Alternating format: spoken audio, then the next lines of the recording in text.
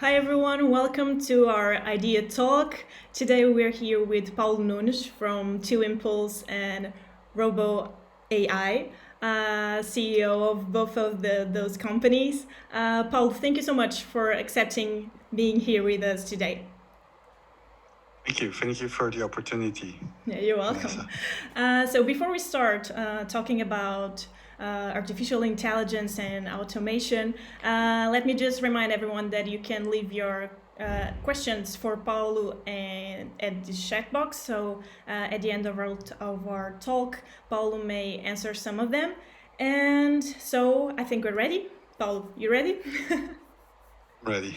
Okay, so uh, there's a lot of companies and even healthcare that now is relying on artificial intelligence and automation, for instance, for some research concerning this pandemic situation. So, do you think this is the context that will keep some or bring some peace between humans and machines? Um, well, it depends, right? I don't think that there is a war between humans and machines going on. So to start with that, people use artificial intelligence every day, even if they don't know that they are using it. For example, if you use Google, you are using and search something on Google, you are using artificial intelligence.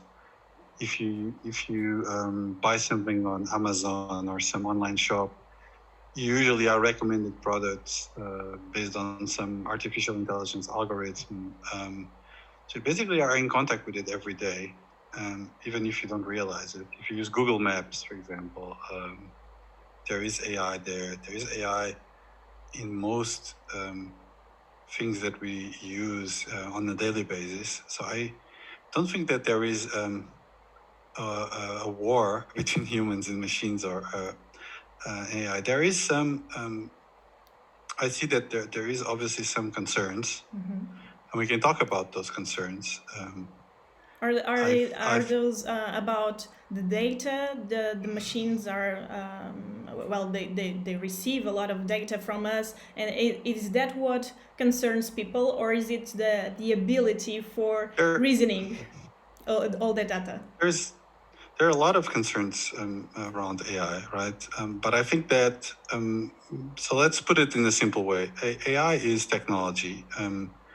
And it gives you some power. Now you can use that power for good, to do something good, and you can use that power for doing something bad. And to answer your question, this is a good example of the use of AI and how AI can be useful in medical research or anything that is valuable for humans. Oh, sorry. This was Yep, my no my problem. my bell. This is the real life going on. So, um, you were saying, sorry, about do you think this situation, this pandemic is This is an example, right? Medical research, for example, AI is being used to in medical research in order to find more people that are working on a vaccine for the coronavirus, or people who are developing tests, immunity tests, and actually virus tests if people are infected or not. All this all this medical research is supported by computer algorithms, by machine learning in some cases, and machines in general that support us and would just make this accelerate the research in a way that it would not happen without machines. It would take decades to develop a treatment, an effective treatment to this virus, or an effective vaccine, instead of months or 1 year, which is the time frame we are talking about now. Yeah.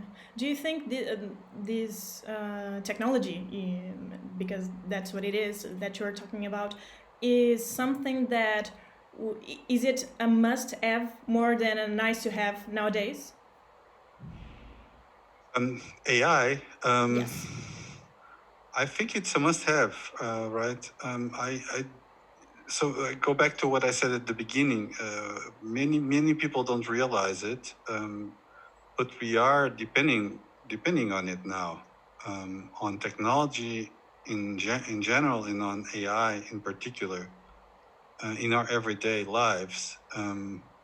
Again, the fact that you can go to Google and search for something and you get a response within under a second, this is AI. There is AI in there, and whether like it or not, we need it nowadays. And if we switched off all the AI in the world right now, the society would just stop.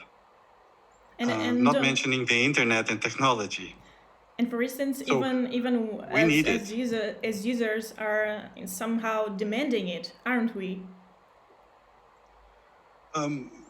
You are demanding, people demanding, because I mean, their expectations, people's expectations are in a level these days, that they can only be fulfilled with technology and AI. They cannot be fulfilled anymore without technology. So it's a sort of a, we create this need ourselves with our habits of consumption and habits of communication, and with our expectations that just bring the technology and bring these things forward.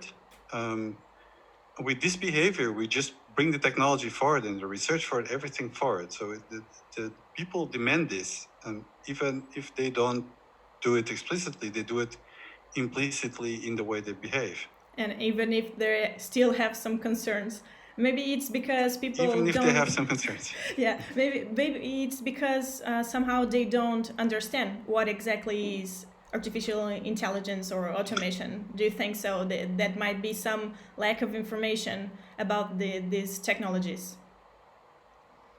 Definitely there is. I mean, there is, the information is out there.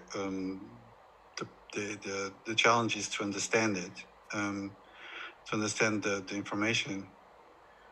But yeah, it is clear that people need to be aware of the fact when they are giving away their data, for example, for free. Basically, they are typical case of Google and Facebook. When people use Facebook and Google give us their tools for free, and for free between quotes, because it's not free. We are giving them our data in return. It's a trade. So Somehow it's a trade. We're trading a tool, the usage of the tool for Facebook, or the Google tools, and there's others. We exchange that for our data. Then that data is used to train artificial intelligence, and to, in some cases, that basically Facebook and Google, in some cases, know us already better than we know ourselves. True. And this and this allows them to create algorithms, or to implement and deploy technology that does things that that we don't even know about. So when we are presenting with an advertisement about something, this is based not only on our recent behavior, but also on our entire history, since we started using Google 10 years ago, or Facebook. Yeah. And this is what some people are aware of, but there is a large part of the population that I'm afraid is not aware of this. I am aware, and I do that exchange. I do that consciously. I know what I'm doing. I know that I'm giving away my data in return for a service, but I'm not convinced that most people know this. Do you think that it would help somehow if we have something more straight to the point about regulation for this kind of um,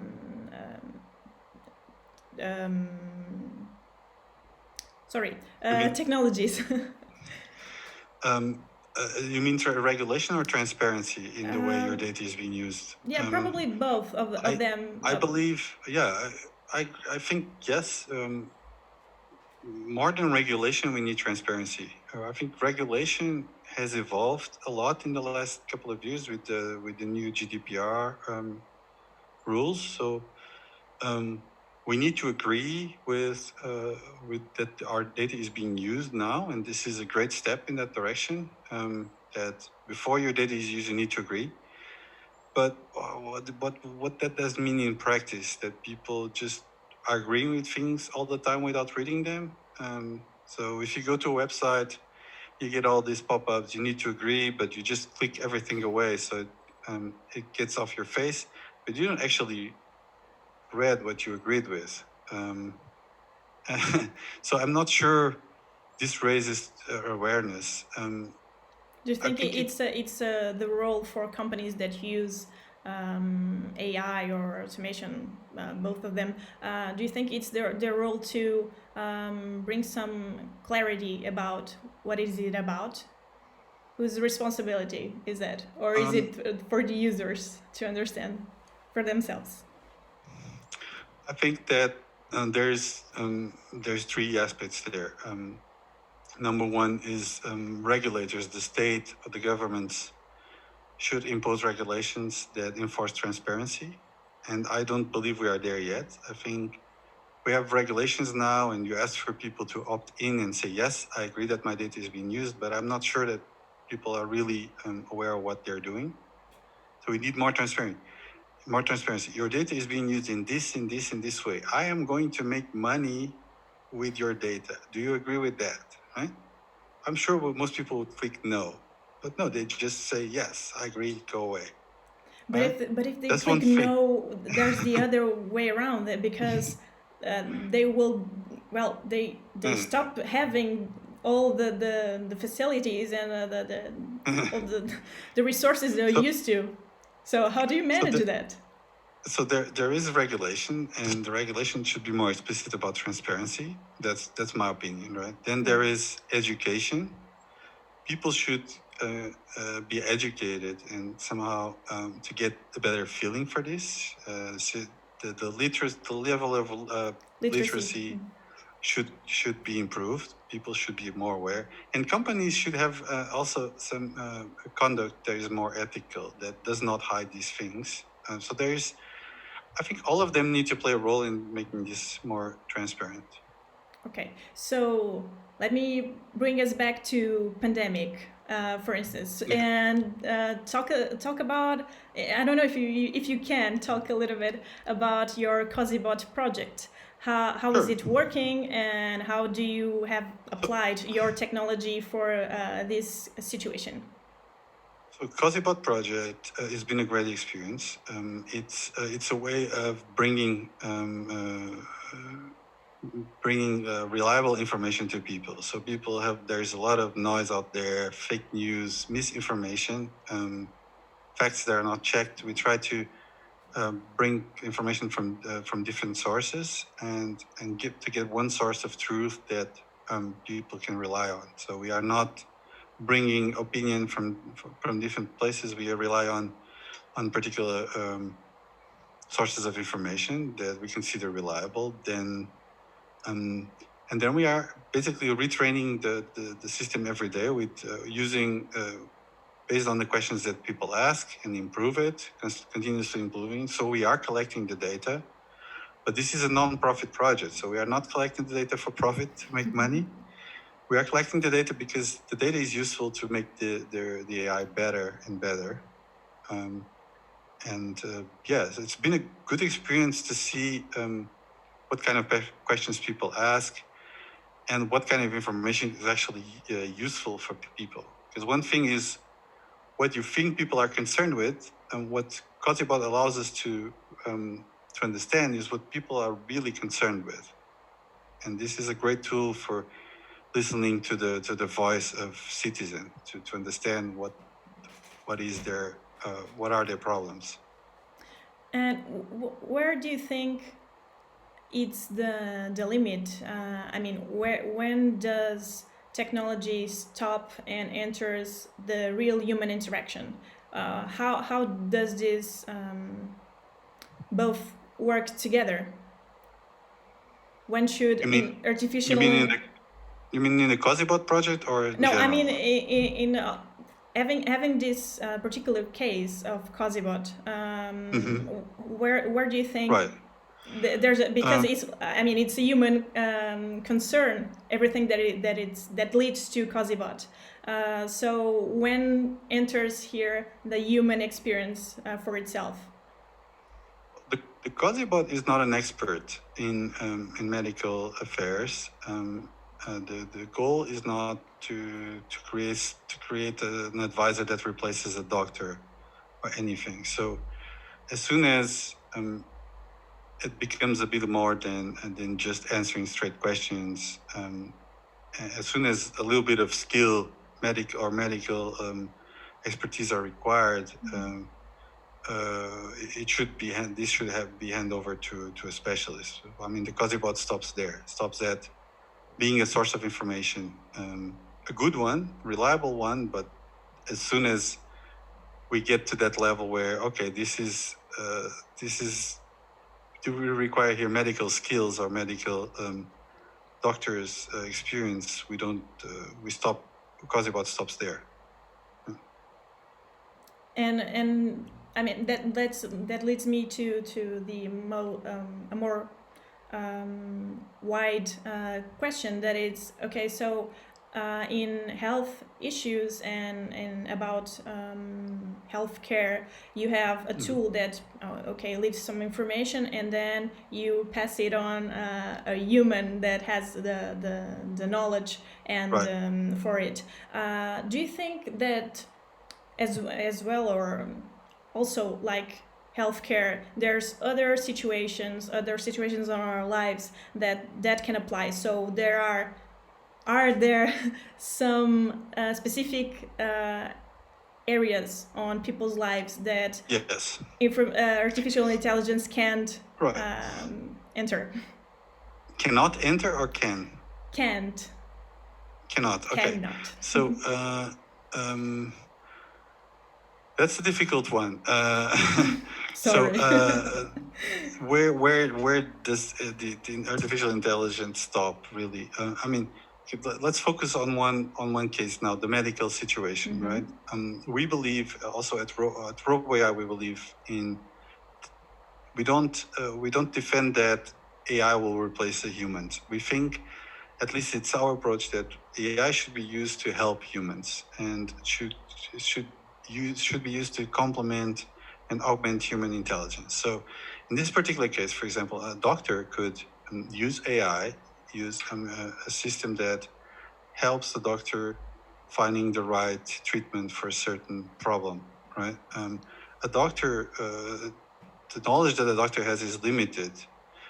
But if you have an AI helping the doctor, for example, search through all the current medical research around a particular disease, for example, this can help the doctor really find the right answer to a difficult question. And this can be done through technology. So it's a great use of technology where you bring humans and machines together in synergy and help humans become better and do something good. So this is what we believe in. Now, how much can a machine learn to do, and where does it stop? That's a very difficult thing to do, because machines are getting better and better every day at things that you could not imagine that they would be good at, like Drawing, making for instance. music, Are they drawing good pictures, drawing? making music, drawing poetry, things that, for example, are typically classified as creative things. Machines are proving that they can also do that. So machines have a lot of potential, and if I knew where the limit was, I would tell you. I don't know. There is one thing that I see, at least in the next years, that's going to be a limitation. That it's one thing. It's called self-awareness. So it's very hard that machines will have a consciousness like a human has, basically being aware of themselves and that they exist and that they are something, a being like a human has. This is going to be difficult to achieve, I think, because not even humans understand the concept of consciousness. And but some skills, all types of intelligence that are non-conscious intelligence, things that can be mimicked, machines can potentially do. And to be honest, I don't know where the limit is. And this is a tricky question, I think. So that said, machines don't have emotions, right? Depends on what your definition of emotions is. They can express emotions unless you said. Emotions for certain scientists are just chemical reactions in your brain. Okay. So if you define an emotion like that, then yes, machines can have emotions. Okay. Now, the way machines experience them is not the same as humans. But they will not experience them as humans. But we are not even sure that two humans experience the same emotion the same way. So it's again a tricky question. But machines will not experience emotions the way we do. Okay. A machine will not have a survival reaction to an emotion of fear like we have as humans, because a machine will not have that evolutionary history that we have, right? But in theory, they can also have emotions because an emotion is a chemical reaction. Okay. Yeah, so I don't know what to say. Okay, let me just leave you for one last question. We're at the end of our time, and yeah, this one is a little bit philosophic as well. So sorry about that. No problem. What do you think is the main takeaway people should learn from this pandemic experience in what concerns to technology, AI technology, and automation? That's again a difficult question. What is the takeaway? I can tell you what my takeaway is that I mean, again, it's what I said at the beginning. The technology is power, right? And power can be used. AI is power, and there is enormous power and potential in AI. So, what we should take away is that this power can be used for good, and that will be very powerful and positive. But it can also be used for bad. So, this is one takeaway. AI can be used to cure diseases, but can also be used to create them, right? So this is not new. This is something I knew before, but it's reinforced this fact that there are several examples that AI can be used for good, but there's other examples where AI is being used to spread fake news. For example, there's the so-called deep fakes. I don't know if you heard about the deep fakes. You can actually put Barack Obama saying something that he hasn't done, and you look at the video and you think it's Barack Obama speaking, right? And this is AI being used for bad or being used to manipulate elections, for example. So we should be very aware of this. Other thing that you should be very aware of is when you are giving your data away. If you are a person and you are giving your data away, you should be aware of what you're doing and what is your data being used for, because somebody's going to make money with your data or going to use this information somehow for their benefit or to sell something back to you or to somebody else. And you should be aware of that when your data is being used. Okay, so 3 takeaways. Yeah, Paulo, thank you so much for your insights. I think this was a real pleasant conversation, and thank you so much again. Thank you everyone thank you for the opportunity. You're welcome. Check out Cosibot. Sure. No, idea has I'll ask everybody to check Cosibot who is listening. It's a fantastic way of showing how AI can be used to be part of the solution to a problem like this. And you're welcome also to provide feedback. There's a feedback place where you can enter your feedback and suggest how the bot could have answered. This is also very interesting. Yeah, and also it will be very helpful. Yeah, and you can use Cosibot from your smartphone, from WhatsApp, SMS. There's a lot of tools you can use. Exactly. You can send it a text. You can use it on Facebook. You can use it on WhatsApp. Good information. We are not going to sell your data. We're not going to sell your data to anybody, so So make sure of that. don't need to worry. Just use it, and if you have time, help us improve it. Yeah. So Thank you. Thank you. Let me just talk about our next talk next Monday with Ryan Bailey. We will be talking about remote on these new times and what does it mean to be remote first company. So thank you so much again and see you next time. Bye bye. Thank you. Bye bye.